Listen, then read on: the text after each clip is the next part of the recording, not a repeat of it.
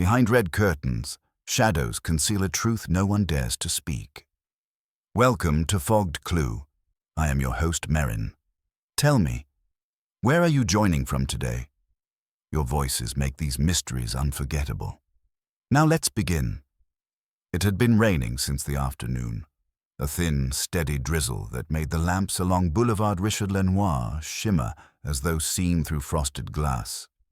The streets were not empty, but subdued. Umbrellas moved silently like dark, shifting mushrooms, and the few cafes with their doors open smelled of damp wool coats and hot coffee. Maigret sat at his usual spot in the bistro across from the Quai des Orfèvres, his heavy overcoat draped over the chair, a small cloud of tobacco smoke suspended above him. He wasn't waiting for anything in particular. The evening was one of those half days between cases when time stretched and the city seemed to murmur in low tones. He stirred his glass of beer slowly, watching the foam settle. He had eaten with Madame Maigret earlier, a simple stew, and she had urged him, with that half-smile of hers, to go for a walk afterward. "You grow restless when the flat is too quiet," she had said. She was right. Now, seated alone, he felt the peculiar emptiness that came between investigations. There was no puzzle pressing on his mind, no file on his desk demanding attention. The world outside looked blurred, softened by the rain, and he let himself drift with it, following the gestures of strangers as they came and went. A man shook droplets from his hat before entering. A young woman leaned against the bar, tapping her fingernail nervously on the counter while waiting for her order. A waiter yawned discreetly, wiping down an already clean table. It was in such ordinary details that Maigret often found the pulse of human life. The small betrayals, the weariness, the longing no one put into words. He was not looking for anything, and yet, without his willing it, a faint unease stirred inside him, as though something unseen had brushed against his awareness. The telephone rang behind the bar. The owner, a stout man with a bald crown and reddened cheeks, answered gruffly, then glanced toward Maigret. "For you, Chief Inspector?" Maigret did not sigh, though he felt the familiar weight settle onto his shoulders. He rose, pipe in hand, and took the receiver.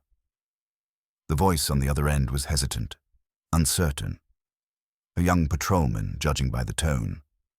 "Excuse me, Chief Inspector. There's been an incident, not far from Rue Saint-Denis, a boarding house, nothing unusual at first glance. But the tenant in one of the upstairs rooms hasn't answered and—" The officer hesitated again, as though reluctant to go on. The curtains were drawn tight, red curtains. The landlady says they've been that way since yesterday. The words hung in the air. Maigret's fingers tapped lightly against the pipe stem. Red curtains, a trivial detail perhaps. Yet the way the young man said it carried a note of discomfort, of something unwholesome that could not be named. Maigret replaced the receiver slowly, his eyes drifting back to the window where the rain still traced long, silver lines across the glass. He pulled on his coat, nodded briefly to the owner, and stepped into the damp night. The case had not yet begun, and already he felt it, the faint dissonance, the whisper of something waiting in the shadows of an ordinary room. The drizzle thickened on the walk to Rue Saint-Denis, a cold sheet that flattened the light and made every step feel slightly muffled, as though Paris had laid felt over its own noise. Maigret did not hurry. He pulled the collar of his coat up and let the city present itself at the pace of a smoker's breath, the pipe stem resting soft against his molars, though he did not light it. The pavements were streaked with runnels that escaped the gutter grates, and the shop fronts, cheap lingerie, a locksmith's, a bakery already closed, were reflected in the water like tired faces seeing themselves too late in the day. A young patrolman stood beneath a narrow awning, cap pushed back, rain darkening his shoulders in a V. He recognized Maigret at once and straightened, as if ashamed of having a body that could shiver. "Upstairs, Chief. Madame Pichard's house. She's not calm." No one ever was, when it was their stairwell, their banister, their door that the city's miseries chose for a perch. Maigret gave a small grunt that the patrolman took for sympathy and followed him through the doorway into a hallway that smelled of damp plaster, boiled cabbage, and that powdery sweetness of cheap soap. The gas light in the vestibule was turned low. The flame struggled with its own hunger, making the shadows breathe. The vestibule held the usual things: a row of dented mailboxes with peeling names, a shelf with a cracked mirror, a wire stand for umbrellas. He looked at the stand without moving his head. Of the 5 umbrellas, 4 dripped steadily into the tray. The 5th was open slightly, as though it had been forced into the rack in a hurry. Though the streets had been raining all afternoon, that umbrella was bone dry along its ribs. He did not remark on it. The patrolman shifted, impatient to be rid of responsibility, and Maigret decided not to put him at ease just yet. From the inner door, a woman approached, wiping her hands on a dish towel spotted with gravy, her expression made stiff by the presence of uniformed men. She wore a cardigan whose buttons did not match and a skirt that had seen better cloth in another garment. Her hair was pinned in a hasty knot. The life of the house clung to her like steam. "Madame Pichard," said the patrolman, eager to speak so he would not have to listen. "This is Chief Inspector Maigret." She nodded, breath taken up with worry. "I've kept respectable rooms for 20 years, she began, in that tone landlords adopt when they feel accused by the world. "There's never been trouble. Not proper trouble. Working men, a seamstress, once a school teacher who drank her tea in the corridor because she liked to hear the house. But nothing like this." "Nothing like what?" Maigret asked, and already his gaze was away from her face, sliding along the skirting board where the varnish had blistered, drifting up to the row of bells and nameplates. Hand-lettered cards said, "Number 3, Crémieux. Numéro 4, vacant. Number 5, à la Pointe. Number 6, Madame Verne. Number 7, Besson. Number 8, vacant. Number 9, Le Marche. Number 10, vacant. Number 11, vacant. Number 12, Le Noir." The last name was written in a heavier hand, as though the writer had leaned too hard or had been unused to writing here. "The red curtains," she said, lowering her voice, though there was no one else in the vestibule. "In number 12. He always keeps them half open in the day. He likes to watch the street. He says it reminds him to keep regular hours, but yesterday evening he pulled them tight. This morning I knocked for the rent, always the first Sunday after pay, and nothing. I've been up 3 times, and he doesn't answer. There's a smell, too, not like cabbage or coal. A smell, I don't like it." Her eyes flitted toward the stairwell as if the smell might be listening. "He," said Maigret, as though the pronoun were a delicate object he didn't wish to drop. He never wrote anything down at the start. He let the words float and find their own places. "Le Noir," she said. "A clerk of some sort. He spoke very little. Paid on time, no trouble." She hesitated. Polite. They climbed. The stairwell was one of those narrow, throat-like spaces that carry every footfall upward to a single ear at the top. The wallpaper had been replaced in squares, different patterns, different ages, patched together like a quilt by a patient but indifferent hand. On the first landing, a bicycle leaned against the wall, its chain oiled recently. The smell Madame Pichard had named was not yet strong, but it was present, not a single note but a chord. Metal cooled too quickly, the sweetness of stale perfume, and the faint copper tang that required no training to understand. A door opened on the second floor, and a woman with her hair in curlers peered out, her face sharp with curiosity. She wore felt slippers and an apron printed with cherries. "Is it him?" she asked no one and everyone. "The quiet one?" "I saw a woman on the stairs last night. She had a hat with a veil, like in the pictures." "Go back inside, Madame Verne." Madame Pichard snapped, the way one tidies a scarf to hide a stain. She turned an apologetic half-smile to Maigret, who merely paused, and in pausing made time fuller. "The tenants," she murmured. "They notice things." "Sometimes they notice too much," he said, not because he believed it, but because people like to be balanced by a remark. Chapitre at the third landing, the carpeting ended, leaving bare steps whose boards had bloomed with a grey furriness from years of humidity. The smell gathered itself there, as rains gather themselves at a bend in the gutter. The door marked 12 was at the far end of a short corridor, where a window slotted high in the wall let in a sickle of spoiled daylight. Even with the red curtains drawn within, a sliver of that color showed at the gap near the floor, as if someone had tried to tamp down a wound with fabric. The patrolman shifted again. "We should force it," he said, and his voice sought permission like a cup looking for a faucet. Maigret brought his ear to the panel. Nothing. No movement, no settling of bedclothes or chair.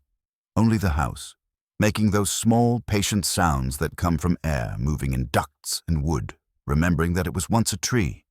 He bent, looking at the keyhole. The key was absent. He let his gaze travel to the floor mat in front of the door, clean, too clean for a rainy week. He reached with a forefinger and pressed the corner of the mat. It sprang up just slightly and settled again with a dry sigh. "Madame Pichard," he said, not looking at her. "Who has a spare key?" "No one." Then quickly, I keep one, but only for repairs. Water leaks. Fetch it, please." She went away at once, keeping her steps light as though noise itself could stain the situation. While she was gone, the patrolman tried to make conversation and failed. He told Maigret there had been no complaints, no fighting, no calls in the night. Maigret nodded without hearing it. His eyes had not left the strip of red where the curtain kissed the floor. Curtains of that color in such a lodging were a statement, not taste. Someone had wished to make a room into something it was not. Warmth from cloth, privacy from pigment. Madame Pichard returned with a ring of keys that jingled weakly, like small bones in a cloth bag. She sorted them with the right kind of nervousness, anxious to be quick, afraid to be wrong. The fourth key turned after a small argument with the lock. She looked at Maigret in pleading, as if asking permission to regret what they would see. "We'll go in," he said. "You may wait on the stairs if you prefer." "I will not leave my house," she said with a pride that was not loud. He opened the door slowly, preserving the sound as one preserves the heat. The first impression was of color made heavy by shadow. The red curtains absorbed the anemic light from the landing, and the room, though not large, seemed to drink it greedily. The smell arrived all at once, more intimate than before, insistent but not theatrical. It had been a day. The room had settled around it. He took a breath through his mouth and let it out through his nose. An old habit. The furnishings belonged to a man who had come to stay only long enough to avoid leaving. A narrow bed whose brass knobs had lost their lacquer, a small table with a square cloth, a washstand with a chipped pitcher, a single chair placed where it pretended to be useful and wasn't. On the table stood an ashtray with 3 cigarette stubs. 2 were crushed meticulously, each turned in on itself. The third had been extinguished upright, pressed into the ash in a way that left it standing like a candle after Mass. The gesture wasn't anger. It was interruption. On the chair sat a coat, folded with care. In the coat's pocket, as later noted, there was a ticket stub from a cinema in the Boulevard Sebastopol, stamped yesterday for the matinee.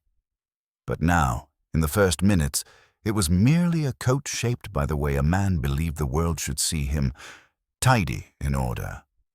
The body lay on the bed, not stretched but drawn slightly to one side as though trying to leave place for another sleeper. He was a man of 45 or thereabouts, with a face that life had ironed flat in places and creased in others. His shoes were still on. They were spotless. The city's rain had not touched them. His hands lay beside him, not clenched and not properly arranged. There was a small, dark flower at the center of his shirt front, not dramatic, as though it had been stitched there by someone with a neat hand. The sheets were only slightly disturbed. Had a passer-by peered through a crack and seen only shape and color, they might have thought a man drowsing after a too-early supper. Madame Pichard's breath went out of her and stayed gone. The patrolman took a step toward the window as if the rain outside might have instructions. Maigret did not move for a full minute. He let the room announce itself, the boil of the radiator that had been turned off, and was remembering warmth, the rattle of glass in the sash when a bus passed 3 floors below, the small tick from the mantel clock that did not tick because it was wound, but because the building's vibration coaxed it to pretend.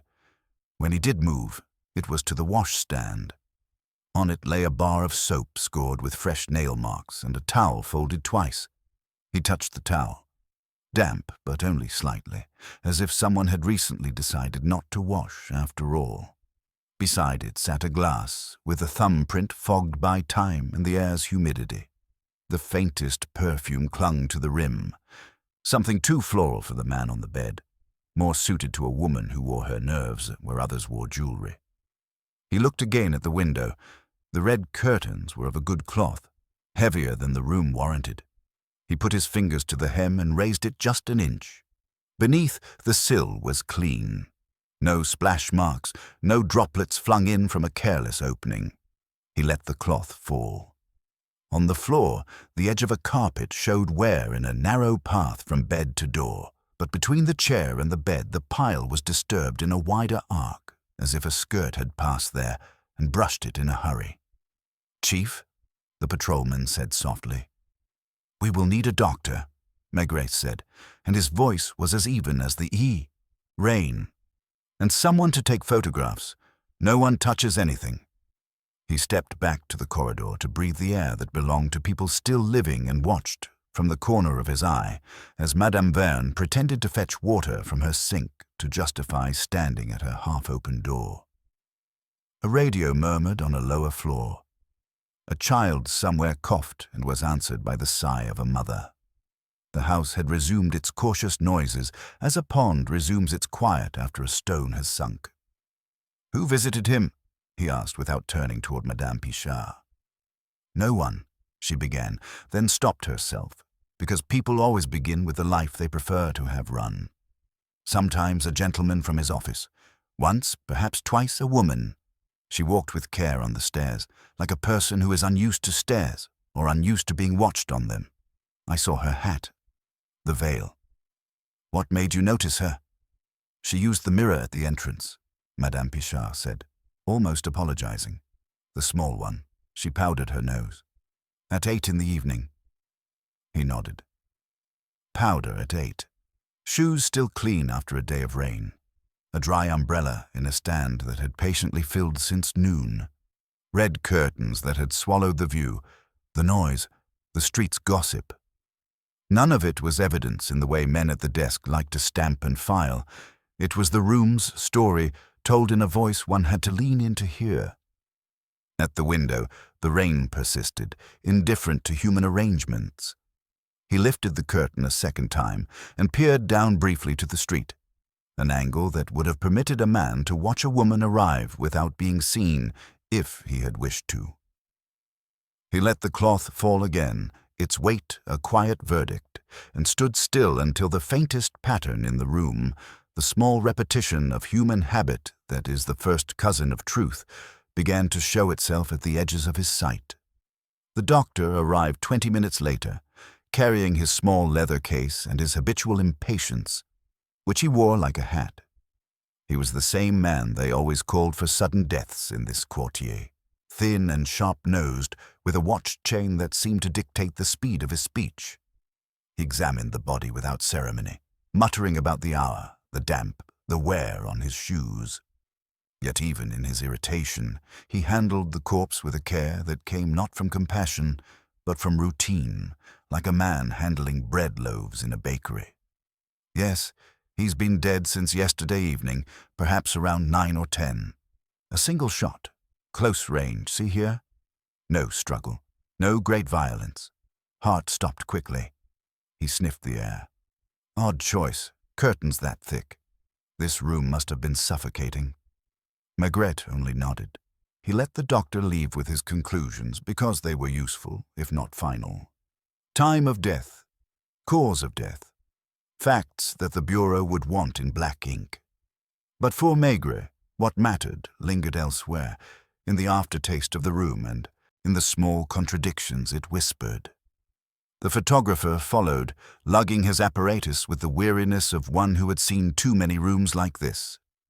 He set up without speaking, the glass plates gleaming faintly as he slid them into place. The flash, when it came, was like lightning in a cellar, brief, overbright, and immediately forgotten by the walls. After 3 exposures, he packed up and shuffled out, muttering about needing his supper. By then, the body had been taken away on a stretcher, the 2 attendants sweating and apologizing as they maneuvered the awkward turn of the narrow stairwell. The landlady pressed her fist to her mouth to stifle a sound that was neither sob nor sigh, and then she returned to her kitchen as though a pot left on the stove could rescue her from the memory of a man being carried out of her house. The corridor outside the room was still. The patrolman lingered, wanting an excuse to escape, but too conscious of duty to invent one. Maigret let him stand there. He himself remained just inside the threshold of number 12, hat in hand, pipe in the other, studying the walls as though the plaster might confess. He crossed to the chair where the coat lay. This time he reached inside the pocket and found, besides the cinema stub he had noticed earlier, a small packet of Gauloise and a book of matches from a café in Montmartre. The matchbook was half empty, but one of the unused matches had been bent slightly, as though someone's impatient thumb had pressed it too hard. He replaced everything carefully, leaving the scene as it had been. The ashtray drew him again. 3 cigarettes, 2 finished, 1 interrupted. The interrupted one disturbed him the most. It was as though the man had been surprised not by fear, but by presence. Someone entering, perhaps someone who changed the air in the room so completely that a cigarette could not be finished. He picked up the stub with his handkerchief. The lipstick mark on the paper confirmed his suspicion. Not the man's habit, but another's, and not the landlady's, he felt sure. This was finer, deliberate. "Chief?" The patrolman's voice broke the thought. "Yes? What do I tell the station?" "That Monsieur Lenoir is dead, that the doctor suspects 9 o'clock yesterday, and that no one is to disturb the tenants until I've spoken to them myself. I'll remain here tonight." The young man hesitated, as though this answer carried too much weight. Then he saluted clumsily and went down the stairs, boots echoing hollowly. The house grew quieter.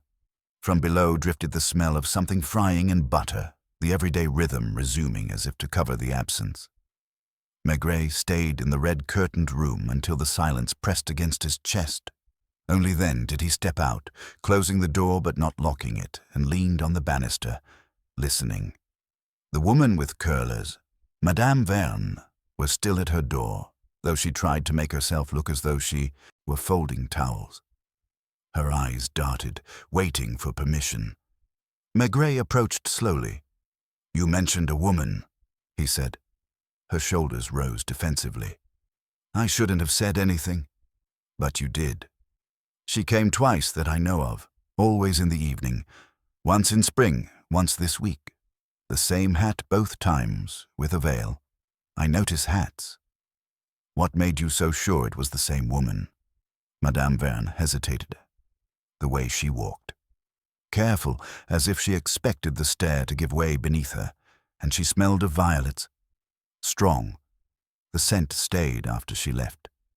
"I told my sister, who was visiting, that perfume is like a woman's handwriting. You never mistake it." "Did you see her face?" "The veil, and she kept her head down, but she wasn't a street girl, if that's what you think. Too refined.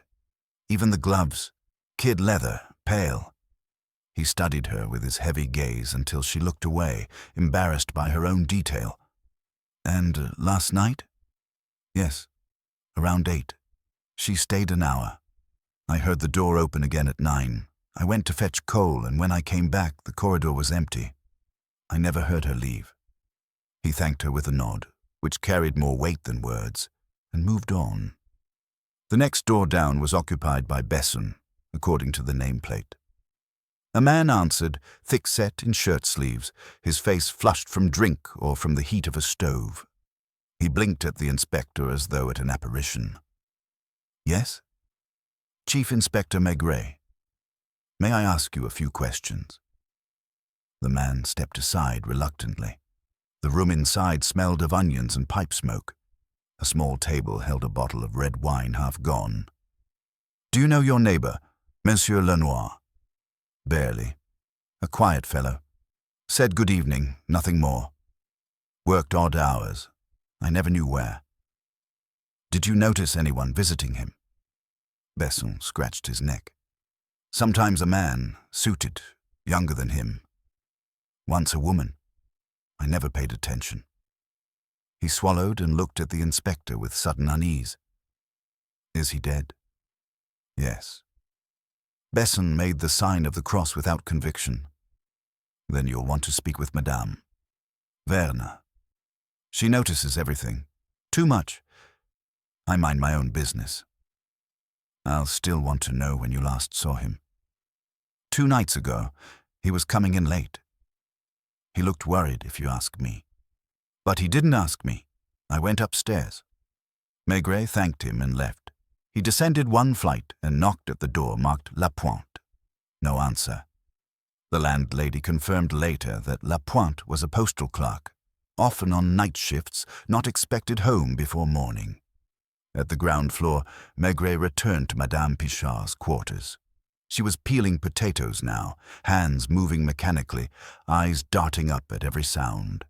She gestured him in without a word. The kitchen was cramped, filled with the steam of boiling water, the table cluttered with household bills.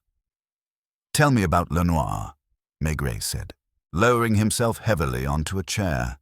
Her hands didn't stop moving. "As I said, a clerk. He rented the room 3 years ago. Always paid on time. Never drunk, never noisy. Wore the same overcoat. Grey, good quality, but old. Ate out mostly. I'd see him leave around 8 each morning and return around 7. A routine man. No family? None that I know. No letters, no packages. Only once did a cousin send him something. 2 winters ago, a parcel. A scarf, I think. He thanked me politely for carrying it up the stairs." "And visitors?" She hesitated, knife pausing. "Not many. The man sometimes. The woman, yes. But he was private. I didn't pry." "Did he ever quarrel with anyone? Raise his voice?" "Never." She resumed peeling, though her hands trembled slightly. Maigret watched her in silence long enough that she flushed and finally blurted, "Do you think it was murder?" "There was a bullet," he said quietly. "So yes." She swallowed hard, then dropped the peel into the bowl with a splash. "I should have said something yesterday evening around 10. I was locking the front door when I heard footsteps on the stairs, not Lenoir's. Too light, but when I opened the door to look, the street was empty." He did not answer. He let the detail hang in the kitchen air like steam, absorbing into the wallpaper. When he left, it was past midnight. The rain had slackened, but left the cobbles shining. He walked a short distance to the cafe on the corner and ordered a calvados. He sat there, pipe finally lit, drawing in the smoke as if it might clarify the fog that was beginning to form in his mind. Lenoir, a quiet man, tidy, punctual. Visitors, rare. A woman with a veil, perfume of violets. A cigarette marked with lipstick. Shoes too clean. Curtains closed when they should have been open. A life that gave little away but suggested, beneath its neat surface, an undertow strong enough to drag someone under. The calvados warmed his throat. The street outside gleamed under the gas lamps, and Paris looked as if it were holding its breath. He felt it again. That faint dissonance, the imbalance that told him this was not merely a shooting, but something more intimate, more human. When he rose to return to the Quai des Orfèvres, he carried not evidence but impressions. The red curtains swallowing the world, the lipstick on cigarette, the perfume that lingered after the woman had gone. These were not things to write in a report yet. They were threads, and he knew enough to let them rest loose in his mind until they found where they belonged. The night was not finished. It was only beginning to whisper. At the Quai des Orfèvres, the corridors were half-lit and smelled of wet wool, ink, and the faint acidity of old coffee. The night clerk lifted his head without interest and dropped it again when he recognized Maigret. Men like that learned to conserve curiosity the way coal was conserved in winter.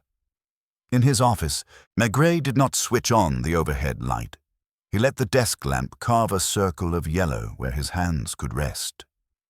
The pipe was warm now, agreeable, and he drew on it while he thought about the matchbook, the cinema stub, and the room that had swallowed all noise behind its red drapery. He telephoned the registry for a trace on Lenoir and got the usual harumphs. A moment later, the line clicked and Inspector Lognon's voice arrived like a draft under a door. "You're working," Lognon said gloomily, as if that were an accusation. "In this weather?" "In all weathers," Maigret said. "Can you put a man on the civil file for a Lenoir, first name unknown, aged about 45, residence Rue Saint-Denis, rooming house kept by a Madame Pichard. I need employer, bank, any next of kin. And send Janvier round in the morning to that cinema on Sebastopol, the matinee ticket from yesterday. Quietly." "The night clerk at the registry is a donkey," Lognon muttered. "He will find 600 Lenoirs and be proud of himself." "Teach him to be ashamed," Maigret said mildly, and put down the receiver before the complaint could gather moss. He turned the matchbook over. Montmartre.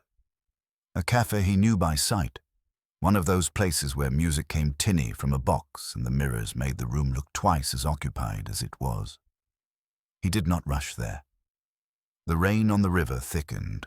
In the courtyard, the worn flagstones had collected water in the shape of the feet that had passed there for years. He sat for a time in his chair without moving, letting the details arrange themselves like cutlery for a meal he would eat later.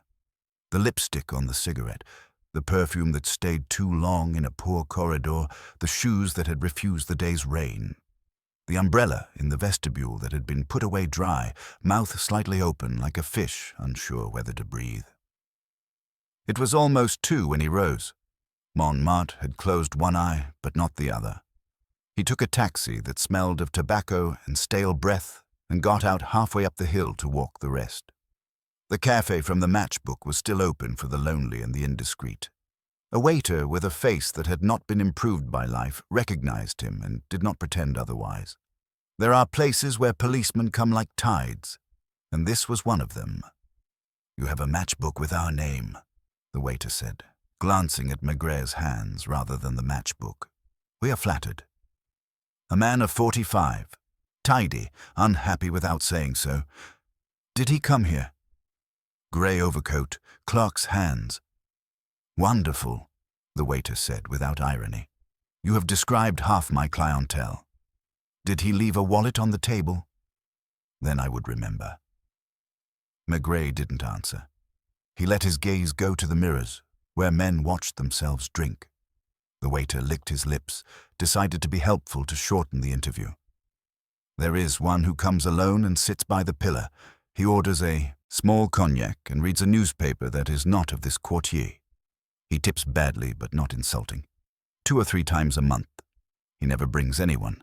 He smells, how to say, clean. Not cologne. Soap. Last night?" The waiter shook his head. "Number yesterday was noisy with rain. We had the accordion half the evening to drown it. Your man did not come." "Women with veils?" Maigret asked, and the waiter permitted himself a small smile, the sort that defends honor through farce. "Plenty, but not with your man. If a woman came near him, it was to pass by him to look in the mirror behind." "Violet perfume," Maigret said as if to himself. The waiter's smile erased itself. He turned toward the bar and spoke over his shoulder. "Madame Claire, the singer, she uses violet. It's for the stage, but she has no veil." She likes people to see that she is tired. Is she here? Home. She lives in a room behind the bakery at the corner. The bakery was dark, but a light burned in an upper window where bread would begin at 4. He did not wake the singer.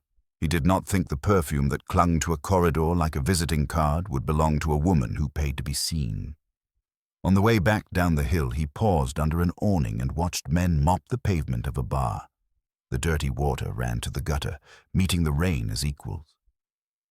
At home, he undressed without waking Madame Maigret, though she stirred and made that small sound of recognition that is neither language nor dream. He slept briefly, and when he woke, the room had the grey of morning that offers neither promise nor threat. At breakfast, his wife poured his coffee and spoke of nothing for a while, which was her gentleness. Then, looking not at him but at the plate she was drying, she said, "You always forget the curtains at the hotel in Étretat." He looked up.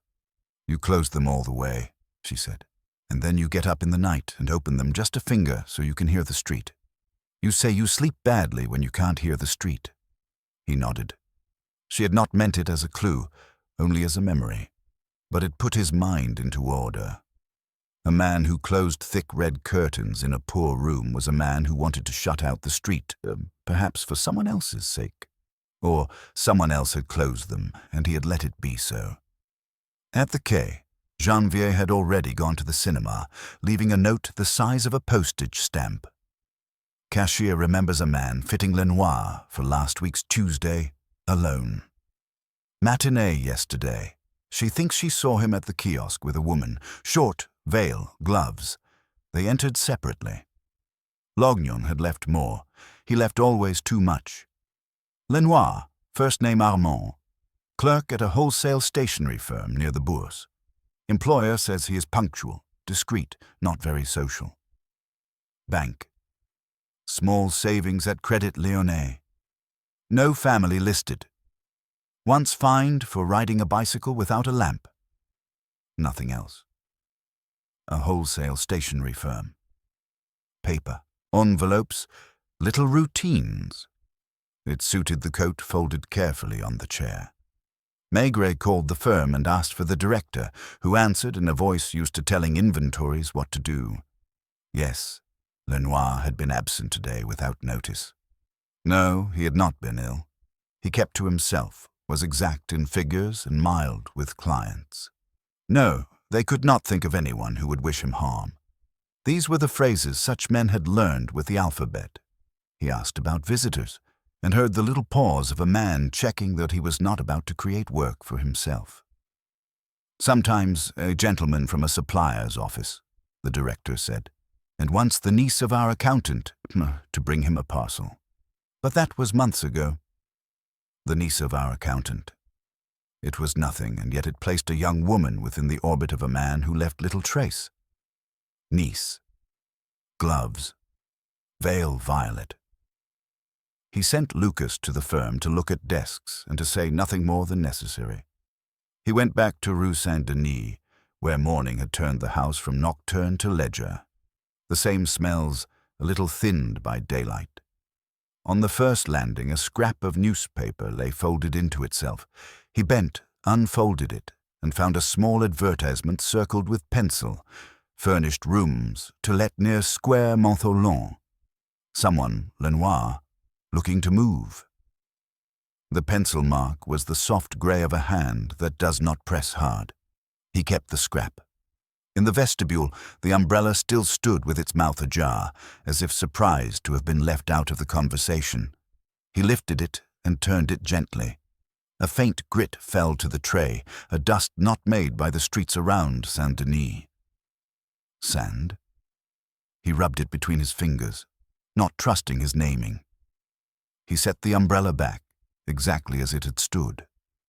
Madame Pichard watched him from the kitchen doorway with the resigned anxiety of a woman who expects to be told that her life is inconvenient. "I will speak with the tenants again," he said. "This is a house that hears well." She nodded. On the second floor, Madame Verne had finished with curlers. Her hair sat in soft puffs that defied both fashion and gravity. She invited him with a gesture that pretended to be a shrug. He stood in her doorway but did not enter. "The woman with the veil," he said. "Did she ever speak in the corridor?" "Only once," Werner said, pleased to have a less guilty memory. "She asked me if there was a back way. I told her no, only the main stairs. She looked disappointed, number calculating, as if a back way would have been part of a plan she had prepared to feel safe. And her voice? Low, the kind that makes you lean in, even if you're not invited." He thanked her. Besson had not sobered and had nothing more to offer than his desire not to be asked further.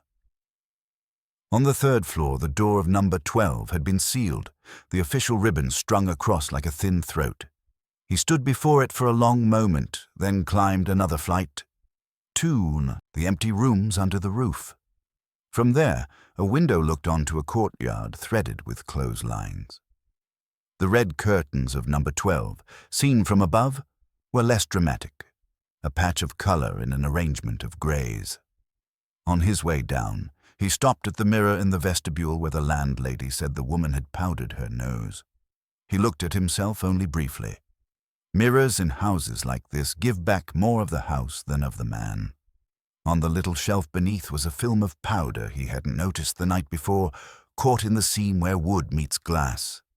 He ran a fingertip through it and lifted it to his nose. Violet, yes, and something sharp beneath, like spirits. A scent to cover another scent. By noon he was at Square Montholon, where the advertisement had pointed. The square held its trees like an elderly aunt holds her shawl. Gathered in, reluctant to show too much. The address was a house more respectable than Pichard's, with a concierge who looked at him as at a bill she disliked paying. "Furnished rooms," she repeated, cautious. "We placed them quickly." No, she did not know a Lenoir. People came, people went. Was there a woman with a veil? She laughed without amusement. "Monsieur, we are not an opera." He asked anyway and got nothing except the certainty that the square, the house, the concierge belonged to another thread of Paris than the one that ran through Saint-Denis. It was not a dead end, but a path he would leave for later. Back at the quay, Lucas had sent word. Lenoir's desk had a ledger with careful figures and nothing personal except, in the back of a drawer, a torn photograph showing a woman's hand on the railing of a bridge. No face, only the hand and a piece of sleeve with 3 tiny embroidered violets near the cuff. It was the sort of flourish a woman makes when she's very young, or when she needs to be reminded of being very young.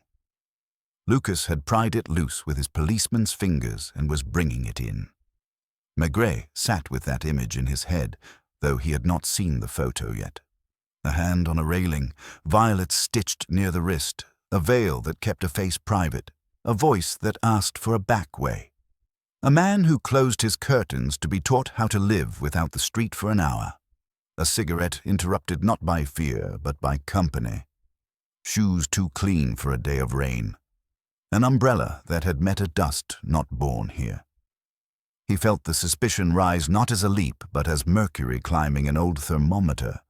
Lenoir's life had been symmetrical, and someone had knocked it slightly askew. Not a thief, not a brute. Someone who understood routine well enough to hide inside it. He telephoned the stationers again, spoke to the accountant this time, a man with a voice like a column of numbers. "Your niece?" Maigret asked. A pause, then a wary, "She's engaged, Chief Inspector." Engaged women sometimes have uncles who worry. Does she wear gloves in pale kid leather? Does she embroider? Another pause. Longer. "She is proud with her hands," the man said grudgingly. "She embroiders. Violets. But she is a good girl." "I did not say she was not." He let the silence be a kindness, then added, almost as an afterthought, "And yesterday evening?" "She visited her aunt," the accountant said too quickly. "We are a family that keeps to itself."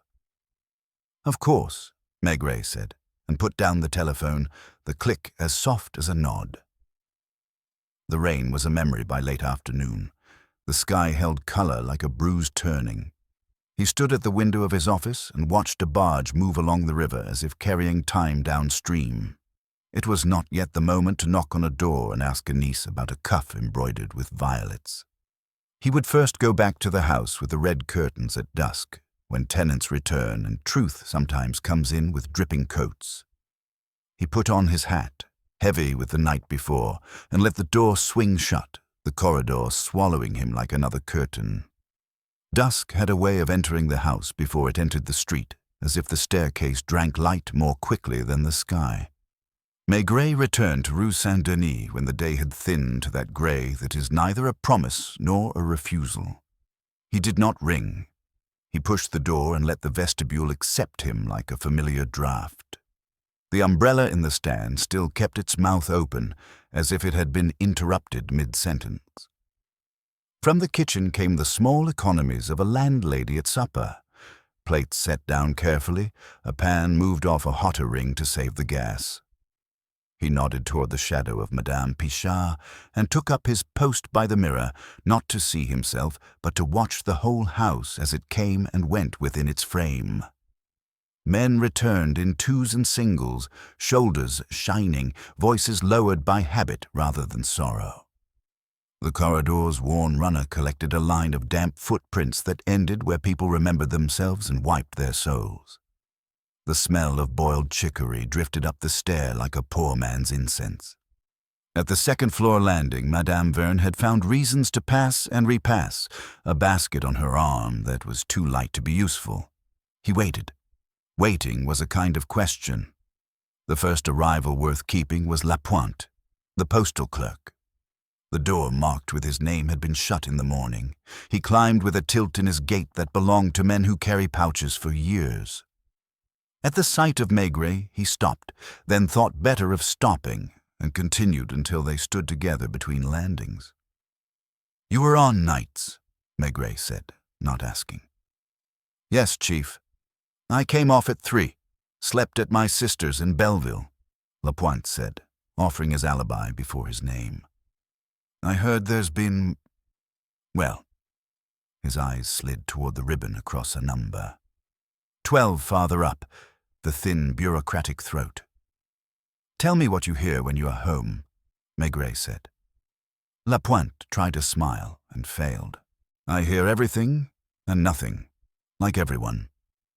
Lenoir had a quiet step. He polished his shoes at odd hours.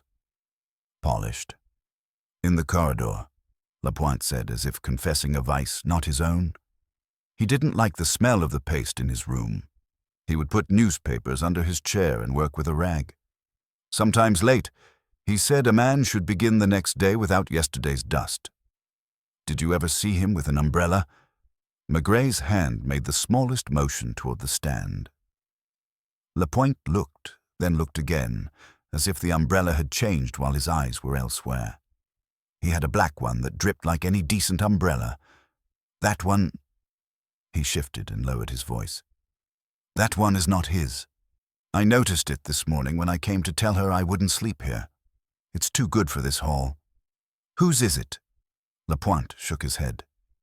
"Someone who walked where our rain doesn't fall," he said, and then, embarrassed by his own poetry, "A new one, or kept for indoors?" Maigret let him go, not because he had finished, but because the house had begun to bring him more. A man in a hat stood across the street, pretending an interest in a shutter that needed oiling. His suit was good in a way that tries not to be noticed.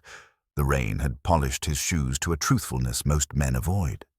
Maigret stepped out and crossed without looking, making the other man choose whether to stay or to flee.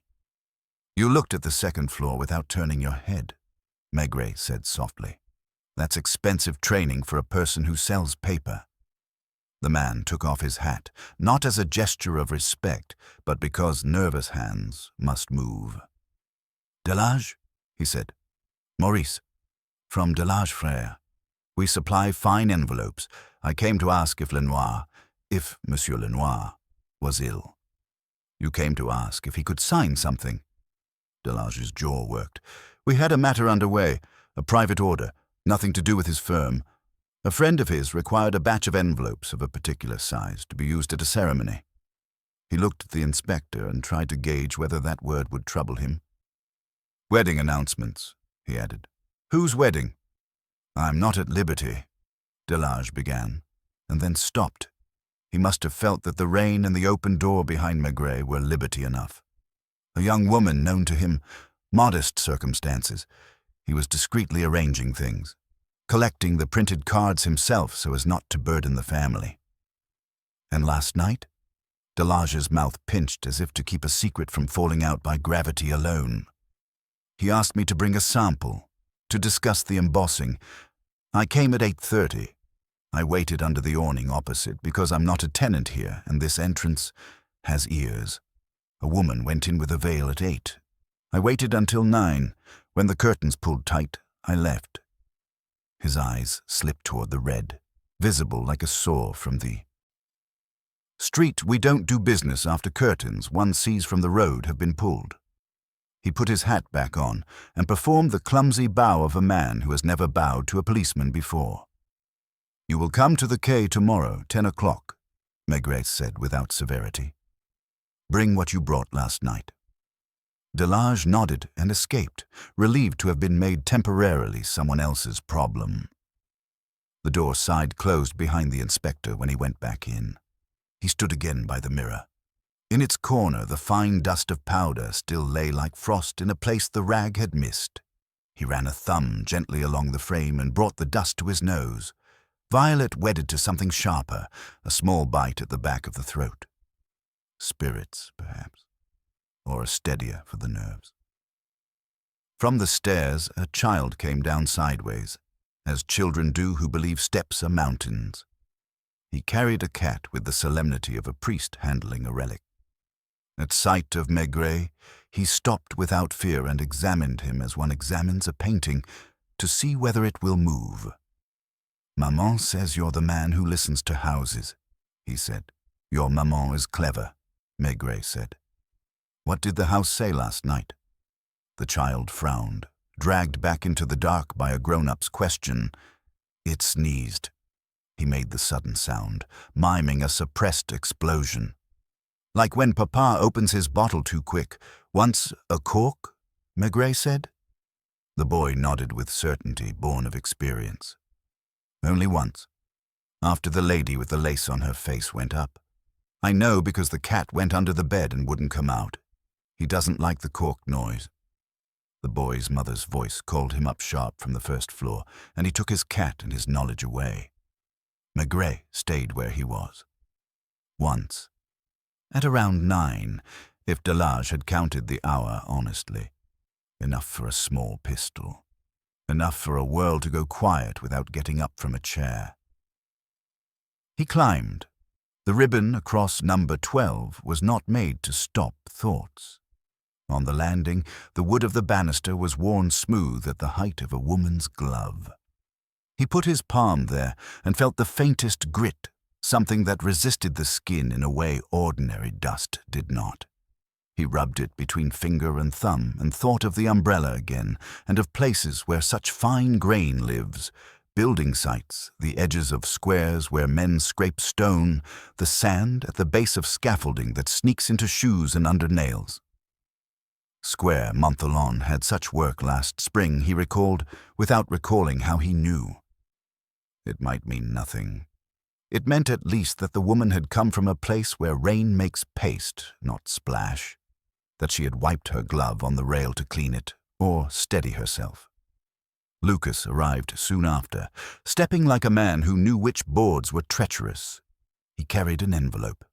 Inside, as promised, the torn photograph, the slice of a bridge's ironwork, a hand on the rail, a sleeve with 3 tiny violets stitched near the cuff. Lucas held it between 2 fingers as if it might turn and bite. "Desk drawer," he said. "No name. The accountant at the firm grows prickly when one says niece, like a hedgehog who has fallen onto the wrong side." Maigret showed the photograph to Madame Verne without asking to come in. He kept his body in the corridor, his hand only across the border. Her breath made a little sound. "That cuff," she said at once. She wore a coat last night, but at her wrist when she reached to touch her veil, there, those little flowers. I thought, that's a silly place for flowers. Men will look at your hands when you don't want them to. Men look where they are told to look, Maigret said. She wasn't telling anything, Verne said with a fierce little shake of the head. She was hiding herself and then putting violets where you could not help but see. He thanked her, and this time his nod was heavier. She had given him not a fact, but the shape of a character. He went down to the landlady's kitchen. The potatoes had become puree, and she was stirring with the devotion of someone who, if she keeps stirring, will not imagine the figure that had been carried through her door. Madame Pichard, he said, the umbrella. Who put it there? She looked startled, then guilty, then indignant, as people do when asked to remember an object that is not supposed to have a history. I don't know, she said too quick. She slowed her hands and made them honest. A woman came at noon, not the veiled one, younger. She asked whether Monsieur Lenoir had left a message. I told her to speak to the police, and she became white around the mouth. She held that umbrella as if it could tell her how to stand. When I went to fetch a glass of water for her, because I thought she would faint, I found it in the stand when I came back. She had gone. You did not follow her. I have a pot on the stove and a house, she said with an offended dignity. I am not a dog. What did she smell of? Madame Pichard blinked. Not violets. Soap. Cheap, the kind in a blue wrapper. And the gloves? She had none. She held her hands like someone who wishes to have gloves. He let her keep her pride and her puree. The other tenants had less or more to offer, and gave it in proportion to their need to be seen as cooperative. Besson, red-eyed, swore the sound at 9 had been only a chair scraping. A young seamstress on the first floor had seen no one, because she had let her eyes fill with tears over a ripped hem, and the tears had made all the evening in aquariums. Information is like that. It arrives drowned or too dry. At 8:30, he stepped out into the street again and walked to the nearest perfumer's, not because he believed the murderer left receipts, but because Paris remembers what it sells. The shopwoman had wrists as thin as reeds, and made each bottle ring faintly against the glass tray as she moved them. Violet, he said. She made a face one makes at a tune one has heard too often at weddings. We keep two, one that pretends to be modest and is not, and one that pretends to last and does not. Which do women with veils prefer? Women with veils think they do not prefer, she said, but their friends do, and buy it for them. We sold a bottle yesterday to a man. He described a niece who is nervous in company and needs help to feel like a picture. He paid with exact change and apologized to the paper for touching it with wet gloves. Describe him. She did, in the way of shopkeepers who see people as a sum of how they treat paper and glass. Careful, apologetic, older than the girl he described, with a tie that had been ironed too hard. An uncle, perhaps. Someone who embroiders with his voice when he cannot with his hands. Outside, the rain had stopped altogether. The air had that rawness that comes when water withdraws and leaves its cold behind. He walked slowly back to the house and let himself stand once more in the vestibule with its mirror and its film of powder. The corridor breathed around him. Upstairs, the ribbon remained across number, 12 as a token to say that the law had noticed and would not forget. He did not need the ribbon to remember. He had in his pocket a torn photograph of a hand that had thought violets would be an armor, and on his skin the feel of a grit that had not been born of Rue Saint-Denis. He was not in a hurry to knock on the accountant's door, to watch a man choose between two truths. He would go tomorrow, when the day had had time to settle and the niece would have had time to prepare a lie that matched her uncle's. Lies made in haste are often too clean. He preferred the ones that had had a night to collect a bit of dust, because dust is honest. For now, he let the house tell him one more small thing. A neighbor's radio finding a slow waltz, the cat's footsteps across floorboards, the child's chair pushed back a finger's width farther than habit allowed. It was enough to know that the woman with the veil had not come to steal or to rage. She had come to arrange something in the red room the way other women arrange flowers, with care, with trembling, with a plan that had not considered what a gun sounds like in a poor house where even a cork makes the cat run away. The following morning broke with a sky the color of ash, a pallid light that made the Seine look heavier than water ought to be. Maigret rose earlier than usual, restless, his pipe already lit by the time Madame Maigret placed his coffee on the table. She asked no questions, but her glance was curious, a little longer than ordinary. He let her see only a nod, because words at breakfast, he always felt, made the day more tangled than it needed to be. By 9 he was at the Quai des Orfèvres, where Janvier and Lucas were waiting with their reports. Janvier had been thorough at the cinema. The cashier was certain she'd seen Lenoir buy a ticket for the matinee with a woman, though they had gone in separately. The woman had paid in coins, exact change, and her gloves were pale. The cashier remembered because she had fumbled one coin and stooped to retrieve it with gloved fingers, something unusual enough to be remarked upon. Lucas laid the torn photograph on Maigret's desk again, smoothing it out as though the creases could be persuaded to tell more than they already had. The accountant at Lenoir's firm, Lucas said, is a cautious fellow. I asked casually about his family. He admitted to having a niece, but insisted she is engaged and very respectable. Too quick with that word respectable. It had the taste of a shield. Maigret puffed quietly. And where does this niece live? With him and his sister, in a flat on Rue des Petites Écuries. He said she was with her aunt on the night in question, but the aunt lives across the city in Neuilly. We can check. We will, Maigret said. He rose heavily, as if the case had already added weight to his bones, and reached for his hat. We'll begin with the uncle. The accountant's office smelled of ink, dust, and a faint tang of glue from envelopes stacked in the corner. The man himself was thin, meticulous, with a nervous habit of aligning the pens on his desk whenever he paused in thought. He greeted them politely, but with a trace of irritation, as if a police visit were a clerical error that would soon be corrected. Yes, I heard, he said quickly. Dreadful business, but you must know Monsieur Lenoir was merely an employee, not a friend. I cannot think why he should be the target of violence. You mentioned a niece yesterday, Maigret said, his voice slow, dragging each word as if it might leave a trace in the air. The man stiffened. Yes, my niece, Claire. She is engaged, as I said. She has nothing to do with this matter. Lucas handed him the photograph. The accountant looked at it, blinked, and then laid it face down on the desk as though it were a document of no consequence.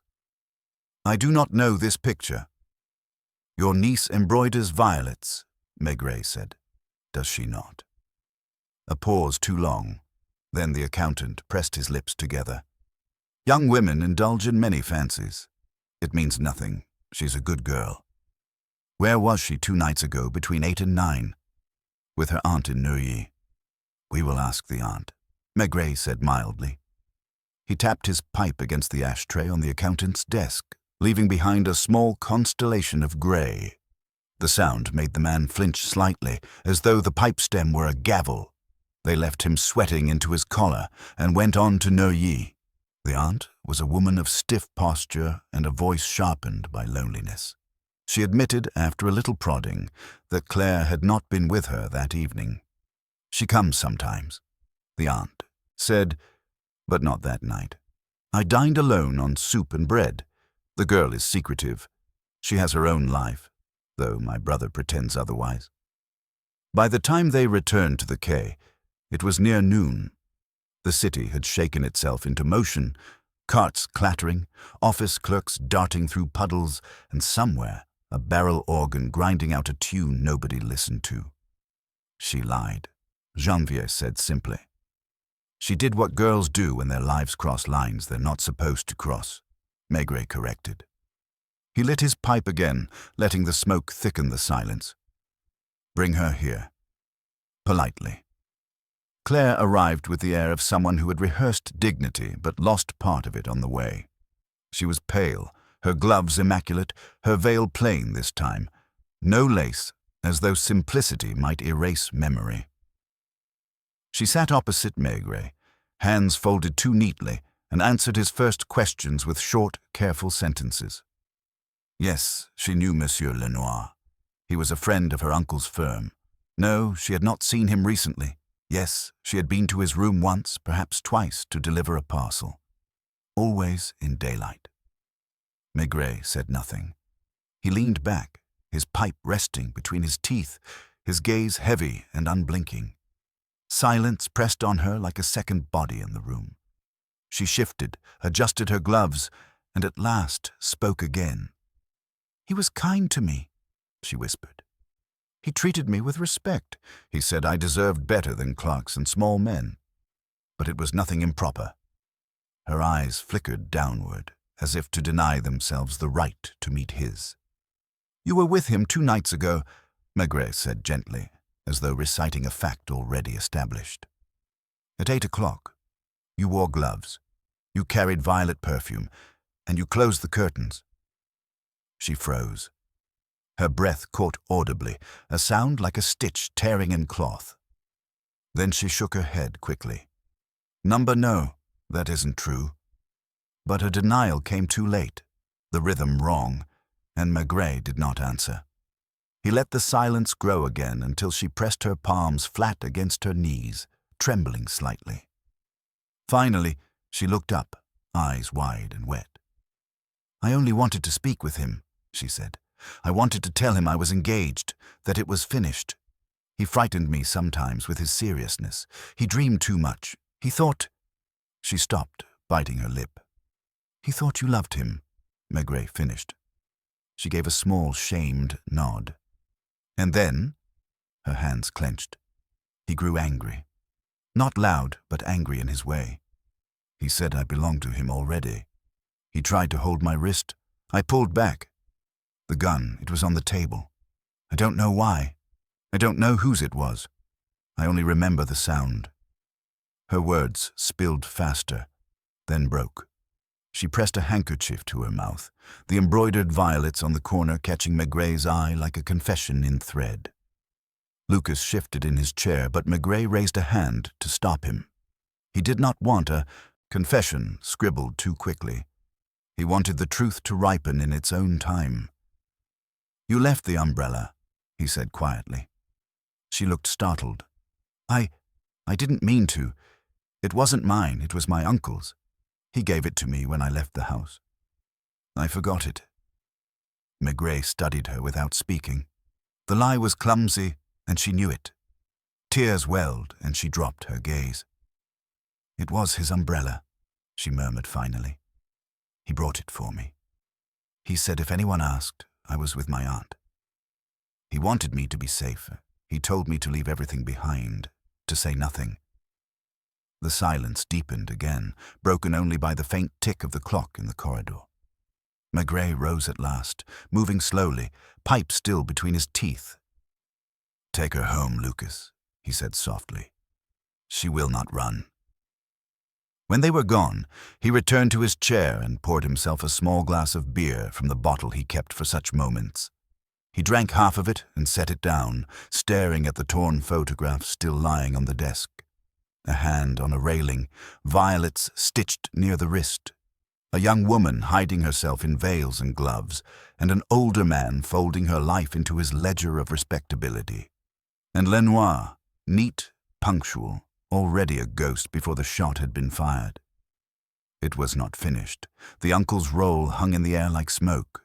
Too quick to defend, too careful with details, too insistent on her respectability. Maigret felt the dissonance still, the peace that had not yet settled. The girl was guilty of something, yes, but guilt is not the same as murder. Outside, the rain began again, a slow, steady patter against the windows. He leaned back, pipe smoke curling upward, and let the rhythm guide his thoughts. Somewhere between the uncle, the niece, and the man behind the red curtains lay a truth that had not yet spoken, and he would wait, listening, until it did. Delage arrived at the quay at 10 on the stroke, hat damp from a rain that had not quite committed itself, the sample case held flat against his chest as though he were protecting a small animal. In Maigret's office, he placed the case on the desk, undid the buckles with precise fingers, and drew out a packet wrapped in tissue. He handled the tissue as carefully as if it were a rule of law. "Here," he said. "As requested, a dozen proofs, 2 embossing styles." Maigret did not touch them at once. He watched Delage's hands for the tremor that sometimes accompanies lies, and found only a tradesman's fear of wasting good paper. Then he unfolded the tissue. White cards lay there like snow cut into the shape of intentions, their edges beveled, their corners modestly rounded. On each, at the top, an entwined monogram, not L and C, as a man in love with himself might have ordered. The letters were C and J, a simple note without flourish. Beneath, a line of text in neat type. Monsieur et Madame X ont l'honneur d'annoncer les fiançailles de leur nièce Claire à Monsieur Jules Martin. Jules? Martin, Maigret repeated, not to learn the name, but to taste its ordinariness. Delage wiped a non-existent spot from the desk with the side of his hand. A mason, I think, or something in the building trades. It's not the kind of order you put through a firm account. He, his eyes flicked up, meaning Lenoir, asked for discretion. He was particular about the monogram, the size of the card. He rejected a fashionable script for something plainer. "A clean announcement for a clean young woman," he said. "You liked him," Maigret said. Delage hesitated. "He knew what he wanted and paid on the nail," he said, which is how men who sell paper admit respect. "You went to his rooms with this?" "I went with the proofs in an envelope. I did not go further than the pavement," Delage said, affronted by the suggestion that he would invade a client's private poverty. "I saw the curtains pulled. I saw the time. I went away." After he left, Maigret sat with the cards a while longer. The monogram was modest, the kind a girl would trace with a fingertip without blushing. Claire and Jules. The clerk had not been making a romance of his own. He had been making a ritual possible for 2 other people, the way some men put chairs in a hall and never dance. He telephoned the firm and asked the accountant for the fiancée's name. The pause at the other end was very brief and very telling. "I don't keep a register of bricklayers," the man said, brittle. "My niece's affairs are her own." "Jules Martin," Maigret said, as if returning a coin he had found. "Does he work near Square Montholon?" "How should I know?" The voice thinned. "We do not encourage her to frequent work sites." He hung up with a small, satisfied grunt that could have been mistaken for fatigue. He sent Lucas with 1 card to the registry to see whether a building permit had been posted recently that would bring a Jules into the square. He took another for himself and put on his coat. Square Montholon held a damp smell of crushed leaves and freshly turned grit.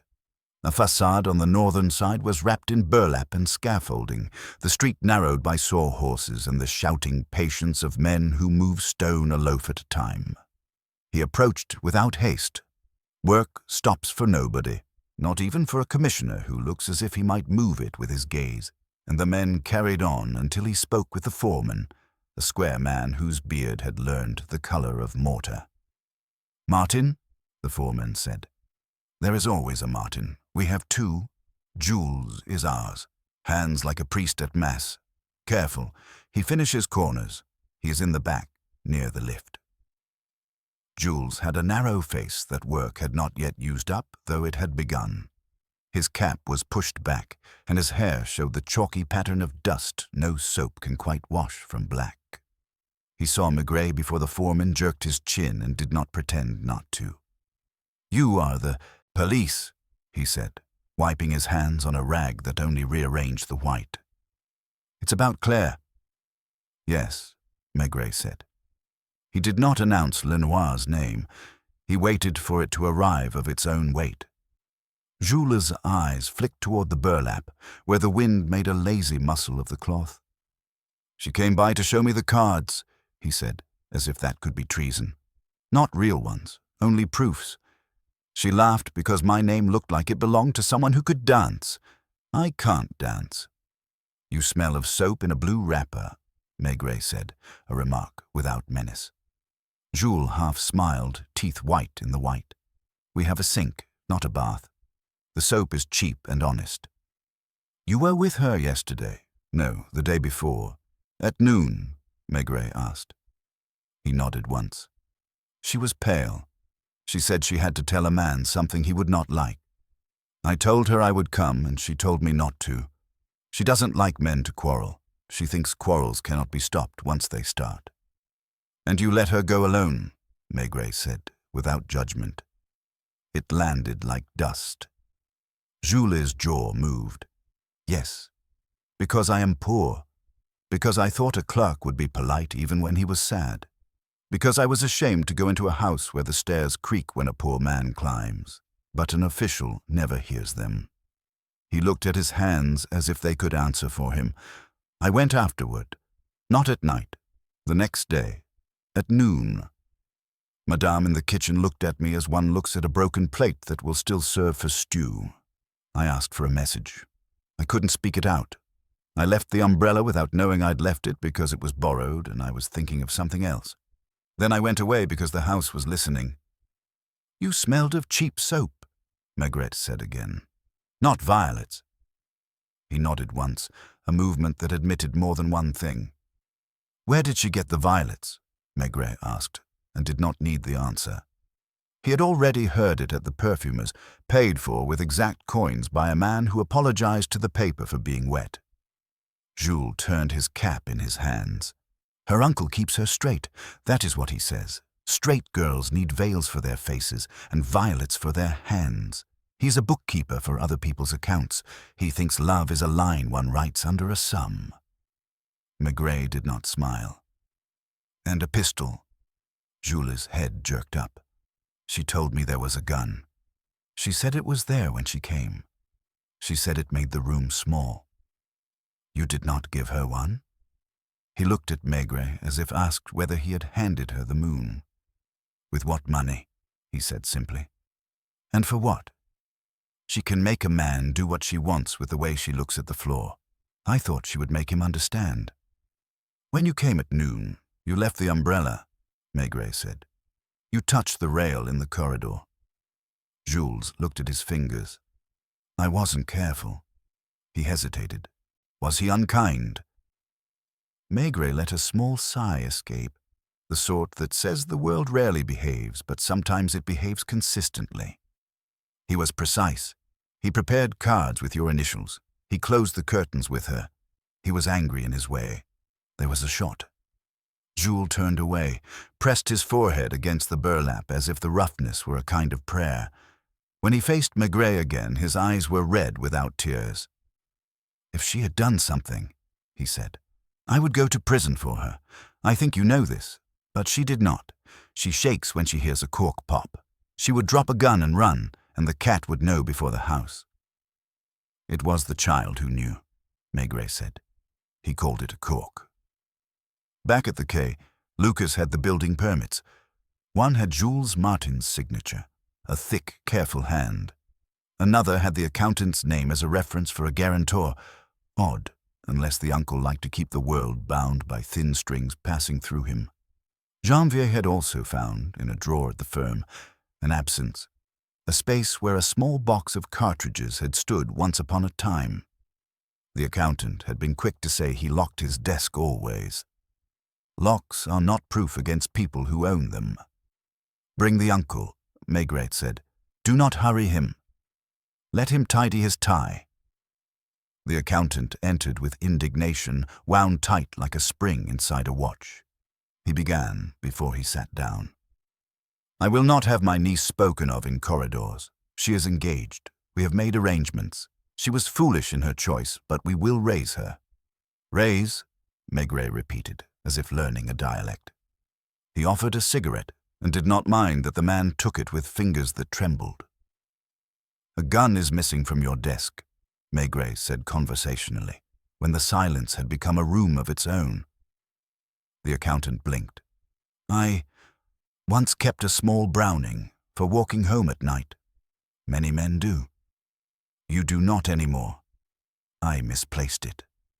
The lie had the quality of transparency. One could see the truth behind it without effort. "You bought perfume for a nervous niece," Maigret went on. "You told a shopwoman as much. You gave her gloves. You told her to say she had been with her aunt. You gave her an umbrella. You went to the firm early the next morning and tidied your desk, then went to the house at noon to listen in the kitchen doorway and teach a poor boy how to borrow an umbrella." He sat back. The man stared at him like a cat that has been lifted by the scruff and does not know whether it is to be scolded or rescued. "I did not go to the house," the accountant said, and then, because he was a scrupulous man even in lying, "not at night." Maigret nodded. "At 10 there were steps on the stairs. At 9 there was a shot. The curtains were closed at 8. If one draws lines on paper, the figures add the same every time." The accountant's eyes went to the cards on the desk, to the clean monogram he would not have chosen. He looked like a man who sees, for the first time, that a sum has been wrong for months and that the error is not in the last digit, but in the premise. "He was not good for her," he muttered. "He made her, how do you say, imagine. He took her away from what we had prepared. A girl must be kept from avenues where there are mirrors. So you gave her perfume and a veil and sent her into a room with a man you feared, because you believed that dressing a feeling as propriety would make the feeling obey," Maigret said, and his voice was not cruel, only tired. "And when it did not, you went after, at 10, to see whether your arrangement still stood." The accountant's face altered in a small way, as if a brief pain had pressed through it like a needle. "I waited outside," he said. "At 9 I heard what could have been a door, a sound. I do not know guns. I do not keep such things. I did not go in. I'm a respectable man." "Yes," Maigret said softly. "You are. That is part of the trouble." He did not push further. Respectability is a stubborn soil. Digging too hard too early only dulls the spade. He let the man go home with his tie correctly aligned and his error unstated. In the evening he walked again to the house with the red curtains. The ribbon still lay across the door like a string drawn across a violin to keep it from sounding. In the mirror, the powder at the frame had thinned, disturbed by the day's small comings and goings. He stood there a long time, pipe unlit, listening to the staircase breathe. When he finally climbed to the landing, he sat on the step below number 12 and looked at the scuffed point where many shoes had hesitated before choosing up or down. He thought of a clerk who had tried to make a ceremony for other people, of a girl who trembled at corks, of a young man ashamed to bring his grit into a parlor, of an uncle who believed virtue was what paper said it was. He did not yet have the word for what happened at 9 in front of the red curtains, but he felt its weight. It was not malice. Malice is noisy, and the house had not complained. It was the sound a plan makes when it forgets that people are not plans. Downstairs, the child's cat stepped into the corridor and looked at him as if he had been sitting there forever. The animal blinked and then, satisfied with the arrangement of the world, turned and disappeared into a room where soup was being ladled. The house settled. The smell of boiled chicory lifted again, gentler now. He rose, dusted his coat where the wood had printed itself on it, and went away into the street where the night was beginning to decide what shape it would take. He would speak with the girl again, but not in a room with high windows. Perhaps in a cafe where she could hear the city through an open door. There are confessions that do not visit offices. They must be coaxed by a draft. The cafe on Boulevard de Magenta was half empty when Maigret chose a table by the window. The air smelled of coffee that had been poured too many times over the same filter, of wet coats hanging on hooks, of bread rolls waiting in their baskets to be forgotten. He had asked Lucas to bring Claire here, not to the quay, not to a room with papers and questions. The city outside moved in its ordinary rhythm, the clatter of trams and the shuffle of people who had no interest in crime. That was what he wanted her to hear, the sound of life that went on, whether one confessed or not. She entered hesitantly, veil lowered, her hands gloved again as if gloves could defend her against more than weather. Lucas guided her with the gentleness of a man who knew he was escorting someone fragile. She sat opposite Maigret, her back straight but her eyes restless, searching for a corner of the cafe that might offer her escape. "You prefer coffee?" Maigret asked, and signaled the waiter before she could answer. He did not want her to begin with denial. Denial is strongest when the mouth is dry. When the cups came, she touched hers with both hands, letting the steam rise to veil her face a second time. For a while, they drank in silence, and she seemed almost grateful. "You told me you were afraid of Lenoir," Maigret said finally. His voice was low, meant only for her, as if he were a man confiding in her rather than questioning. And yet he was preparing your engagement cards. He had them printed with your name, with Jules's name. Why would a man who thought you belonged to him do that? She blinked rapidly, as though the steam from the cup had found her eyes. "I don't know. He liked order. He said things had to be proper, that if I was to marry, it should be as if he had arranged it, as if he were still inside it." Maigret drew on his pipe and let the silence stretch. Outside, a boy ran along the pavement chasing a hoop, the echo of it clattering against the cafe's glass. Claire's fingers twitched at the sound. "He was not unkind," she said suddenly, rushing against the quiet, "but he was heavy, always heavy. His way of looking, of deciding what you were without saying it. When I told him about Jules, he smiled as if I had confirmed a calculation. He said he would help me, that he would take care of everything, but I felt caught, as if he had written my life on one of his ledgers." "And the pistol?" Maigret asked gently. Her breath quickened. "It was on the table when I arrived. I swear it wasn't mine. He said nothing of it. He smoked and asked me to sit. He said he would explain how things would go. I couldn't stop looking at it. It was small, black, neat, like him. I thought if I moved it, it would wake. When he reached for my wrist, I pulled back and then—" She pressed the handkerchief to her lips again. The sound came. "I don't remember touching it. I don't remember holding it." Maigret let his gaze rest on her gloved hands, folded tightly now, knuckles pressing white through the fabric. He did not say she had killed him. He let her own memory tremble at the edge. "You were not alone that night," he said finally. "Your uncle followed. He came later, but he came. He bought you the perfume, the gloves, the veil. He told you what to say. He wanted the world to be neat. He thought he could write over the noise." Her head dropped. A tear slid down, catching the veil's threads like dew on cobweb. "He made me go," she whispered. "He said I had to put an end to it myself, that if Jules went, there would be scandal, shouting, disgrace. He said I must show Lenoir respect, then close the matter. But how do you close a matter with someone who never lets go?" Maigret did not answer. He stared out at the street where the boy with the hoop had disappeared, and two men in aprons carried a crate of oranges toward the market. Life that went on. He refilled her cup. She drank as if the heat would anchor her. "You believe Jules would protect you," he said after a time. She looked up, startled, and then nodded quickly. "He would take everything on himself. He's foolish that way. He thinks strength is saying I did it, even when he didn't. But it wasn't him. It wasn't. He only knew I had gone.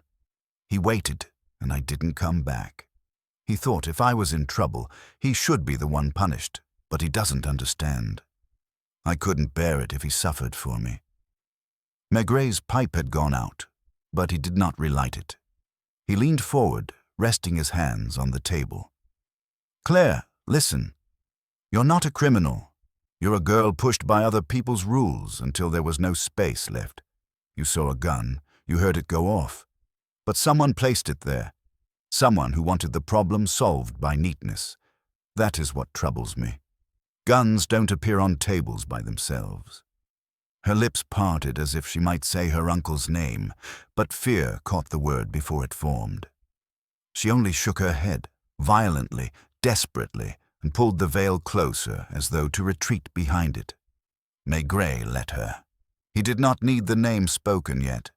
He had already seen the shadow of the uncle's figure in every word she left unsaid. When she left, Lucas escorted her, and Maigret remained in the café, finishing his beer slowly. He thought of the child in the stairwell calling the shot a cork. The image clung to him, a house, a gun, and the sound of a cork pulled too suddenly. Not murder in its grandest form, but a household noise, an interruption in routine, covered over by explanations as poor as sawdust swept under a rug. Back at the quay, he found Janvier waiting with fresh news. The cartridges missing from the accountant's drawer had been noted months ago by a clerk during an inventory, but never reported. He said it was a mistake, that he'd miscounted, Janvier explained. But now it seems less of a mistake. And the uncle himself? Maigret asked. Home. He left his office early. Neighbors say he looked ill. His sister says he hasn't eaten. Maigret nodded slowly, then rose. He knew it was time to face the man again, not as a suspect, but as someone who had let life knot itself too tightly. The apartment on Rue des Petites Écuries was dim, curtains drawn against the weak daylight. The sister opened the door, her face tight with worry, and led Maigret into the parlor where the accountant sat. Tie loosened, eyes sunk deep into their sockets. He looked less like a man of numbers than a man who had discovered numbers cannot measure everything. I did not mean for her to suffer, he said before Maigret asked a question. His voice was hoarse, as if he had been speaking to himself all night. I wanted to protect her. Lenoir had an eye on her, a weight. He would not let her go. I thought if she spoke to him once, firmly, with dignity, he would accept it. That is why I bought the veil, the gloves, the perfume, to give her dignity. But the pistol, he faltered, shook his head. It was mine. I thought he would see it, understand, and keep his distance. I never meant it to be used. But it was, Maigret said softly. The man covered his face with both hands. I went after her, only to be near. I heard the shot. I could not go in. I told myself if I went in, everything would fall apart, so I left it, and I told her to say she was with her aunt. I thought I was keeping her safe. But I have only made her guilty. The sister, standing by the door, clutched her apron as though she might tear it. He's not a bad man, Inspector, she said. Only a small one. Too small for the life he tried to arrange. Maigret's gaze lingered on the accountant, who now sat motionless, broken not by the law but by the arithmetic of his own choices. A gun placed on a table, a girl trembling before it, a clerk who wanted only to arrange a ceremony, and a fiancé who believed love could withstand shame. These were the figures. The sum was death, but the crime was something thinner, harder to name: fear, pride, misplaced duty. When he left, the street outside seemed loud with carts and shouting children. He filled his pipe and lit it, drawing in the smoke with a long, steady breath. He had not yet written his report, and he knew it would be one of those reports that said little because the truth was not suited to neat paragraphs. But he carried it with him, heavy and human, as the drizzle began again, smudging the outlines of the city until Paris itself looked like a ledger blurred by tears. The drizzle had turned to mist by the time Maigret reached the quay. The river was swollen, sluggish, the barges gliding past like creatures too heavy to rise from the water. He paused on the Pont Saint-Michel, watching the lamps smear themselves on the surface and let the damp sink into his coat. He felt not the triumph of a case solved, but the weariness of one that refused to present itself cleanly. Death had come from a pistol, yes, but the line between accident and intent, between guilt and fear, remained blurred like the reflections in the Seine. Back in his office, the lamp threw its yellow pool across the desk. The proof cards still lay there, their neat lettering mocking him with the very order Lenoir had loved. Claire's name beside Jules. Two ordinary people bound by a plan that should have led to happiness. Yet all that remained was a corpse behind red curtains and 3 lives unraveling around it. He poured a measure of beer from the bottle he kept hidden and drank slowly, listening to the building's late evening creaks. Janvier knocked and entered without waiting. His hat was still damp, his shoes leaving faint marks on the floor. "The neighbors," Janvier said, "are talking. Some say they heard 2 noises, not one. A cork, then a scrape, as if a chair was pushed back. Others insist it was only once. No one is certain." Maigret nodded. Memory was like fog. It thickened and thinned, shaping itself around what people wanted to believe. "And the cartridges?" Janvier handed him a small envelope. "The registry confirms the uncle bought them months ago. No record of selling them on. If they're missing from his drawer alone." Maigret tapped the envelope against his palm. Then the pistol on Lenoir's table was his. Not hers. Not Jules'. His. "Do we charge him?" Janvier asked cautiously. Maigret did not answer. He walked to the window and looked down at the courtyard. A constable was stamping his feet against the chill, his breath smoking like a locomotive. "If we charge him," Maigret said slowly, "we destroy her. She'll carry the shame all her life, and the boy will break himself trying to shield her. What's left is only fragments. No justice in them, only paperwork." Janvier shrugged, uneasy with philosophy. "The magistrate won't see it that way." "The magistrate will read what I write," Maigret replied, his voice quiet, final. He turned back to his desk, filling his pipe with deliberate care. "Tomorrow, I'll speak to her once more. Alone." The next afternoon he chose a small park near the Canal Saint-Martin. The benches were damp, the air sharp with the smell of chestnut leaves beginning to rot. Claire arrived with her veil lifted this time, as if she had grown tired of hiding behind gauze. She looked younger in daylight, the kind of young that ought to have been thinking about dresses, laughter, a walk by the river with Jules. Instead, her eyes were rimmed red, her hands restless in her lap. He sat beside her without greeting, watching the ducks ripple the surface of the canal. For a while, neither spoke. Then she said, in a voice barely above the wind, "I see him when I close my eyes. Sitting, smoking, the pistol beside him, black against the cloth. He didn't even look at it, but I could feel it between us, like another person in the room." "You didn't bring it," Maigret said gently. He had it already. I thought he kept it to frighten me, to remind me how little I mattered. But he spoke of my marriage, of the cards, as though he had arranged it all. He smiled when I told him I was engaged, a smile like chalk, and then...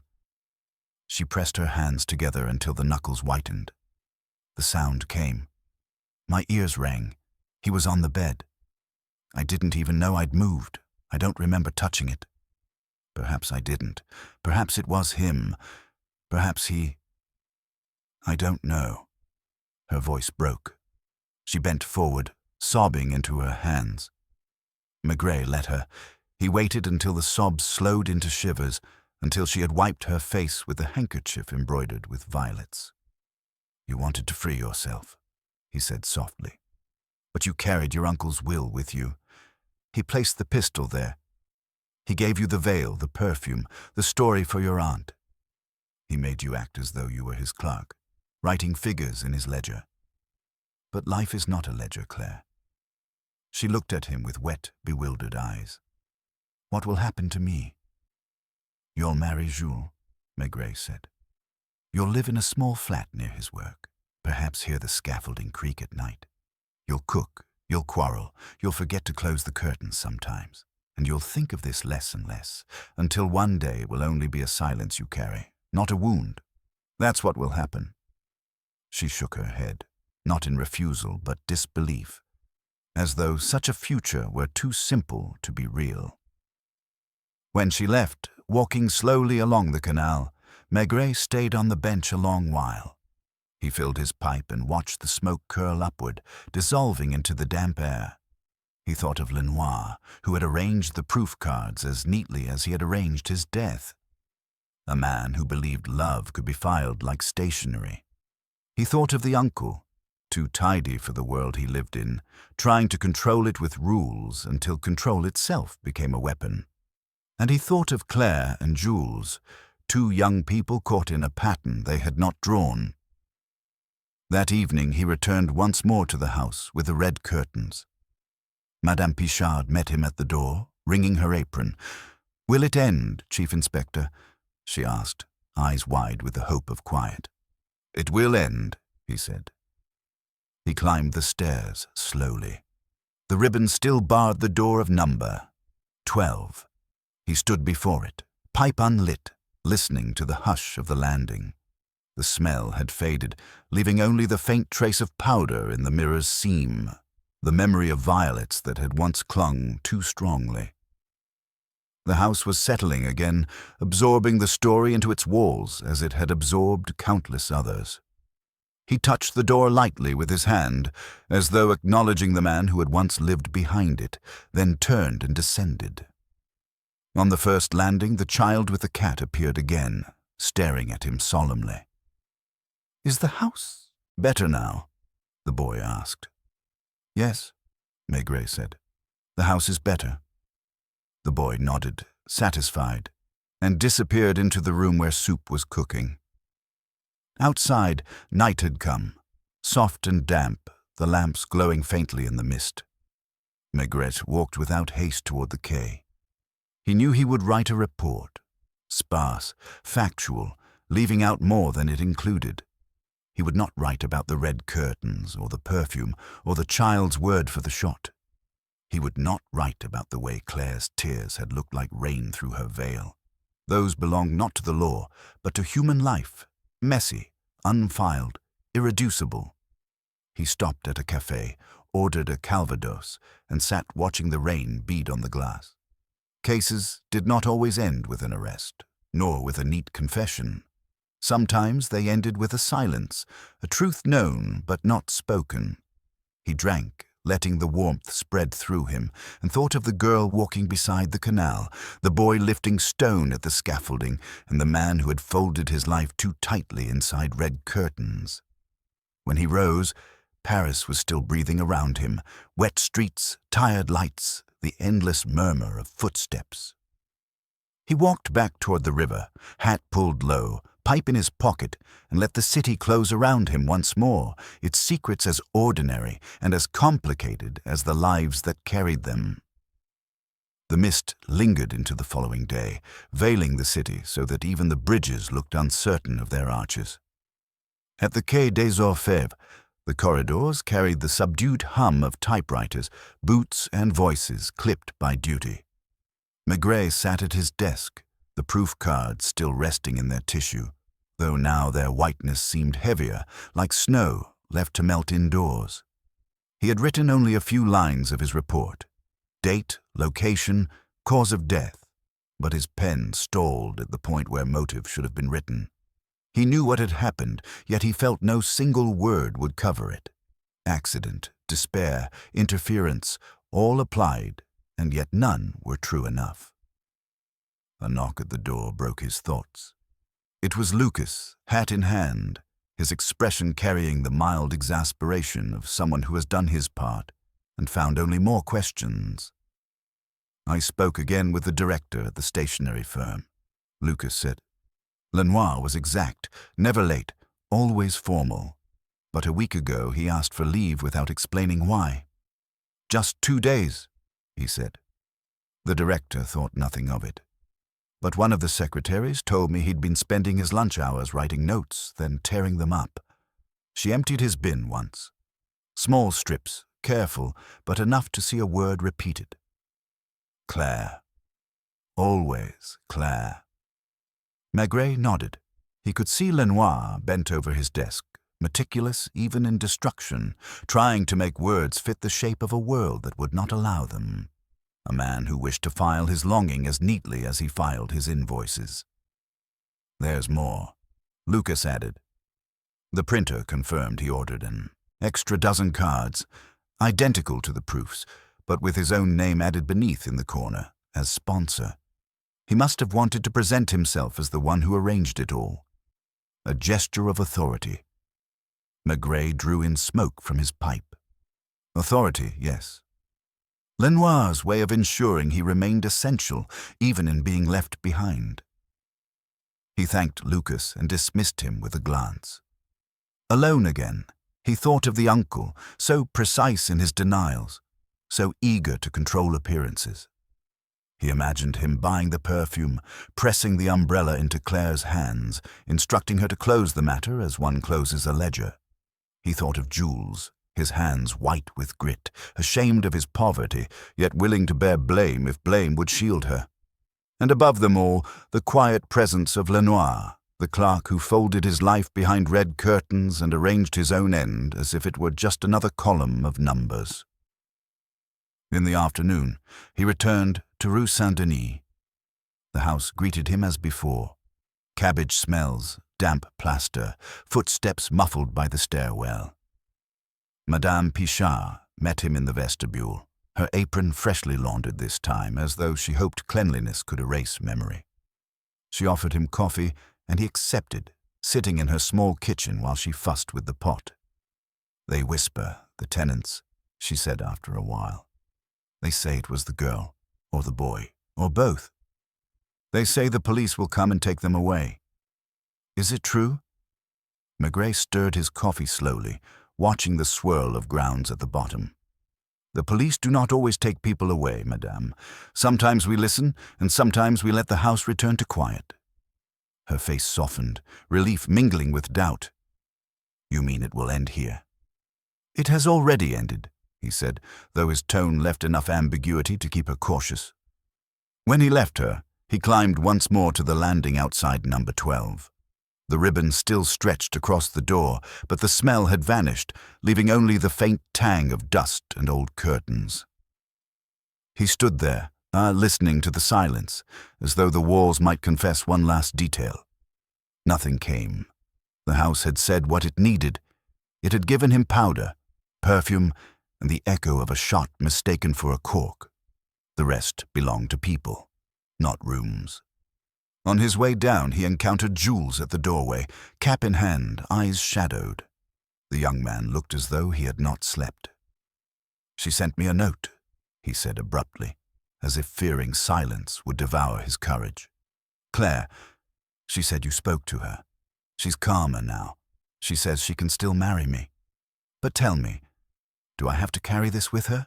Will it follow us, always?" Maigret put a hand on his shoulder, heavy but not unkind. "You'll carry her, Jules. Not the case, not the death, just her, and she'll carry you. That is what people do when they're wiser than ledgers." Jules' eyes glistened, but he nodded, gripping his cap tighter as if it were the only anchor he had. That evening, Maigret wrote his report. He made it short, spare. Lenoir, Armand, clerk, aged 45. Deceased by firearm in his lodging, Rue Saint-Denis. Probable suicide, circumstances complicated by emotional entanglements. He listed Claire as a witness, not a suspect. He did not mention violets or veils or the uncle's trembling hands. He did not describe the cigarette with lipstick or the umbrella with grit from another street. Those details lived elsewhere in his mind, not in the files of the bureau.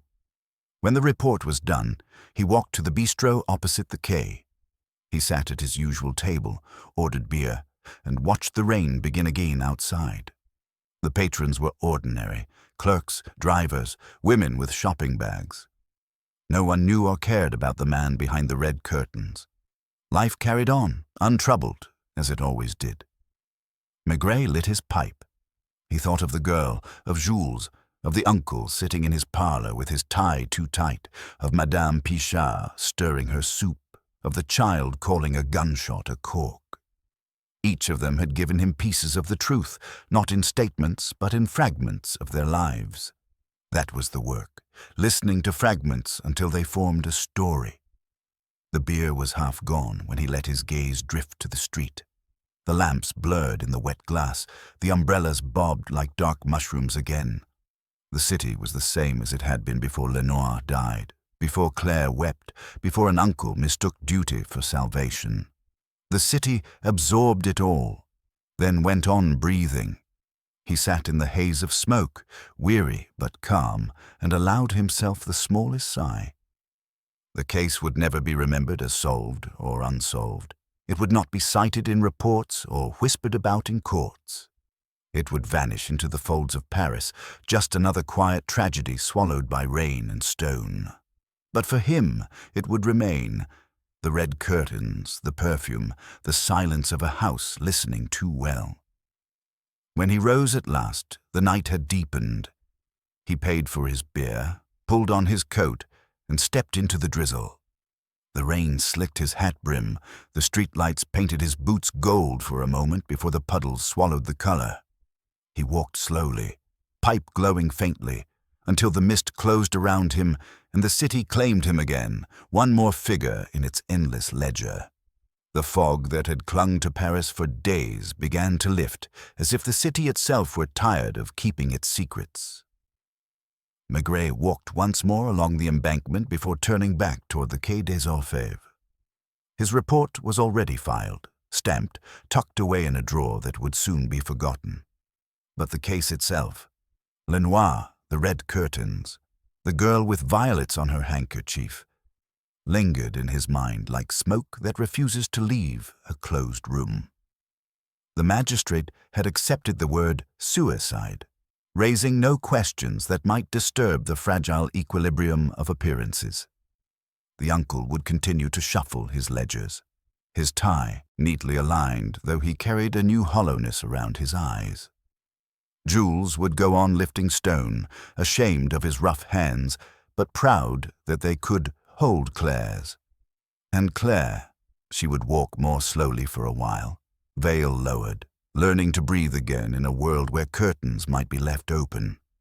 Maigret had seen it before. A death not born of malice, not quite of chance either, but of human weakness. A man too orderly for love, a girl too obedient to resist, an uncle too proud of respectability, a fiancé too poor to command.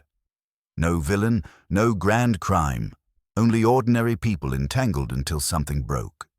That was why the shot had sounded like a cork, why the house had sighed instead of cried out. He stopped at a café and ordered his usual Calvados. The glass was small, the color of amber in lamplight. He drank slowly, eyes on the street outside, where men hurried home and women carried baskets of bread. No one paused to wonder about the clerk who had once lived in a narrow room with red curtains. Paris had already absorbed him, as it always did. Maigret filled his pipe and let the smoke rise, curling against the glass. He thought of how cases never truly ended. They only settled into silence. The truth here was not to be written in any file. It lived instead in the memory of a girl trembling at a cork's echo, in the quiet shame of an uncle, in the stubborn devotion of a boy with dust on his cap. That was enough. When he finished his drink, he left coins on the table and stepped into the night. The drizzle had stopped. The air was cool, fresh, touched with the scent of wet stone. He walked slowly, without hurry, the city murmuring around him. Another case would come, another story written in sighs and silences. For now, it was enough to listen to Paris breathing, its streets gleaming, its secrets safe once more behind closed curtains. And as he crossed the bridge toward home, Maigret thought of Madame Maigret waiting with the lamp lit low, a quiet meal on the stove. He felt the weight of the day slip from him, leaving only the calm certainty that life, with all its small tragedies, would go on.